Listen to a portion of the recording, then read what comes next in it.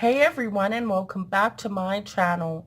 My name is Ashley and this is Moonwillow Beauty, and today I'm going to be discussing all the products that I've recently used up, what I thought of them, and whether I think they're worth repurchasing. So if you want to see my product empties, please keep on watching. Got my box of empties sitting to the left of me, and I've got everything in no particular order, so we're just going to reach right in and get started. The first thing that I'm pulling out is this NYX Born to Glow Liquid Illuminator in the shade Sunbeam. I personally do not like this product very much. I'm not a huge fan of most of the liquid highlighters that I have tried. I find them to be very, very difficult to blend sometimes. If you know of a good one, please let me know in the comments down below because I'm definitely willing to give them a shot. But this one didn't work well for me. It dries down super fast, hard to blend like I said, and super glittery. I tried also mixing a little bit in with my foundation, and that didn't work out so well because of how glittery it is. So for those reasons, I will not be purchasing this again. The next product that I have is the Urban Decay All-Nighter Setting Spray. This is the travel size and it costs around $20 Canadian. The full size is around $40 Canadian. Personally, for me, I think this setting spray is nice. It's a cult classic. Everybody loves it. It does exactly what it says it's going to do. It holds your makeup in place without leaving you cakey or oily or dry. And like I said, it does exactly what it says it's going to do. The mister is nice and sprays well and evenly. Personally, I think that $40 for a setting spray that you go through so quickly. I know I personally go through setting spray like crazy. I might be a little bit trigger happy with my setting spray, but for that reason, I won't be purchasing the full size of this because I would rather save my money for something that's going to last me a little bit longer, and I don't want to have to be spending $40 every 2 months to get more setting spray when I could be spending $6 to $10 every couple of months. So for that reason, I will not be repurchasing the Urban Decay All-Nighter. The next product that I have here is the Merida Cleansing Wipes. These were $1.25 from the dollar store, and they are absolutely so worth $1.25. You get 25 wipes in the package. They are soft and they come very, very nice and moist. I hate that word, but they are nice and, we'll say, damp, and that's also not a very nice word. But anyways, they are very nice for wiping off your makeup, and for the price of them, you can't go wrong. So definitely will be repurchasing more of these Merida cleansing wipes. This is the Covergirl Ready Set Gorgeous Fresh Complexion Oil-Free Foundation, and this was in the shade Nude Beige. This was never the right shade for me, so I only wore it during the summertime, and to me it's more of a BB cream than it is a foundation. It's very, very light coverage. You can build it a little bit, but it doesn't cover things such as acne spots or discoloration on your skin, redness, and I found it to feel a little bit heavy on my skin after a while, so for that reason I will not be repurchasing the Ready Set Gorgeous Foundation. Next up I have the Marc Jacobs Highliner Gel Liner in the shade Black Cur. I got this in a Sephora sample bag a few months ago, and I have completely used it up, but I just have to say that I find this formula to be really dry and a little bit waxy and difficult to apply. It is waterproof, so that might be part of the reason why.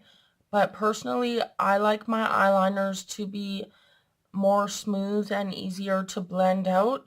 And for that reason, I will not be purchasing the full size of this product. Next, I have the Maybelline Fit Me Concealer in the shade 15 Fair. And as you can see, I've used it as much as I possibly could because I love this concealer. It blends like a dream. It's super creamy, very nice coverage, and I would definitely repurchase this again and recommend it to anyone who asks what I think a good concealer is. And yeah, definitely the whole Fit Me line is great. I've loved most things that I've purchased from the Fit Me line, and this is a definite repurchase. This is the E.L.F. concealer and highlighter duo. I haven't quite used up the highlighter, but the concealer is definitely all used up. This highlighter is actually kind of separating. I don't know if you can see that in there. I've had this for a long time, and I never used the highlighter because it actually burned my skin when I tried it. So the concealer side does work pretty well. I really enjoyed the shade and the coverage of it, but I wish you could get this concealer in a fuller size tube rather than having the double-ended concealer and highlighter, because like I said, this highlighter burned. I tried using it like a little bit on my eye, and that was probably a bad idea. And I also tried using it on my face, and because of the fact that it's a liquid highlighter, it really doesn't blend very well. Like I said at the beginning of the video, I haven't had a good experience with them, at least not the drugstore ones that I've tried.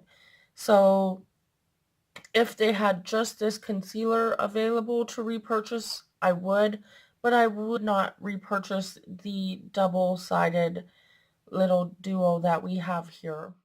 Next, I have the Essence Pure Nude Concealer in the shade Pure Sand. This product is okay. It is a stick concealer, obviously, and I mostly used it to cut out my eyebrows or cut creases, stuff like that. But I find the formula to be quite greasy and heavy, and that's definitely not what I look for in a concealer, so I would not repurchase this one. Next up, I have the Colourpop brow pencil in the shade Blondie. I'm clearly not a blondie anymore, but as some of you who may have been here from the beginning know, I was a blonde back then. And I used this brow pencil up until there was nothing else to use. I really, really love this eyebrow pencil. I got to a point where this is the only brow pencil that I was using, and I like the formula. It's not too waxy, but it's also not too creamy. It's perfect right in the middle. You get a spoolie on one end and a very fine tip wind up, what's that word I'm looking for? Twist up pencil on the other end. It's kind of like the NYX micro brow pencil, or a higher end would be the Anastasia Brow Wiz. So I would definitely 100% repurchase the Colourpop brow pencil in my right shade. Next up, I have the Colossal Volume Express Cat Eyes Mascara. I was actually really disappointed in this mascara because I usually really love Maybelline mascaras, and this was just not one of my favorites. The brush is really, really weird. I'll see if I can try and show you. It's got like a curve to it, if you can see that curve there. And it's supposed to help create like a winged out effect, I guess. The formula is very dry and I just didn't like it very much. It was one of my most disappointing experiences with Maybelline mascara. So for that reason, I will not be purchasing this again. Next, I have the Hard Candy Long Wear Sheer Envy Setting Spray. And this, I think, is supposed to be a dupe for the All Nighter Setting Spray. It says it has 12-hour long wear and hydration. Personally, I don't think it's the worst setting spray, but I also don't think it's one of the best drugstore setting sprays. It has a cucumber melon type scent, and the sprayer is kind of one of those ones that sprays really heavily, but the product itself hydrates the skin like it says it does, but it also kind of sometimes, if you use too much, leaves your skin a little sticky. So I want to try out other hard candy setting sprays because I think they have about 3 or 4 more before I choose if I would repurchase this one. Next, I have this. It's the Bare Minerals Pearl Blossom Blush, and I've had this probably way longer than I should. Not sure if they even make this anymore, but it was one of my very favorite blushes of all time.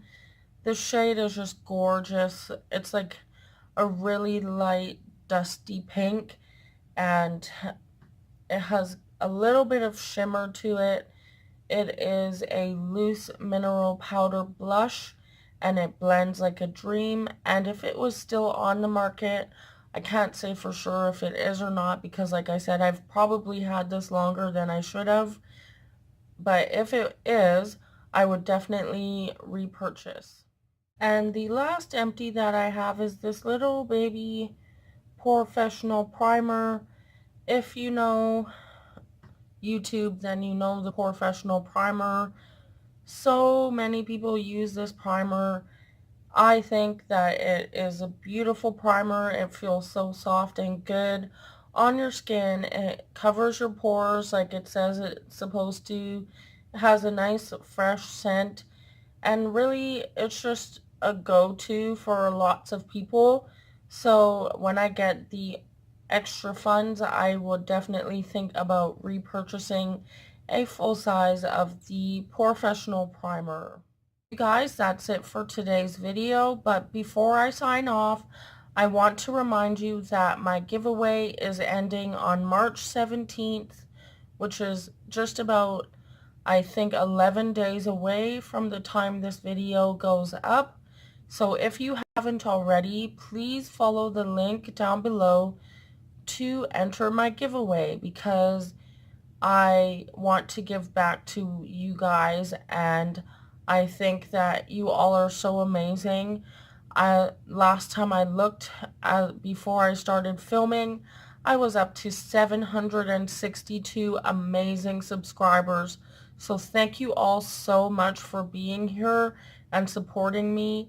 Please enter my giveaway. I want one of you to feel like a queen or king and win all of these goodies. And just so you know, if you don't win this time around, don't fret because there's going to be many more giveaways to come. My next one is going to come at 1,000 subscribers. So please just stick with me, and thank you all again so much for being here. I'll see you all in the next one. Bye.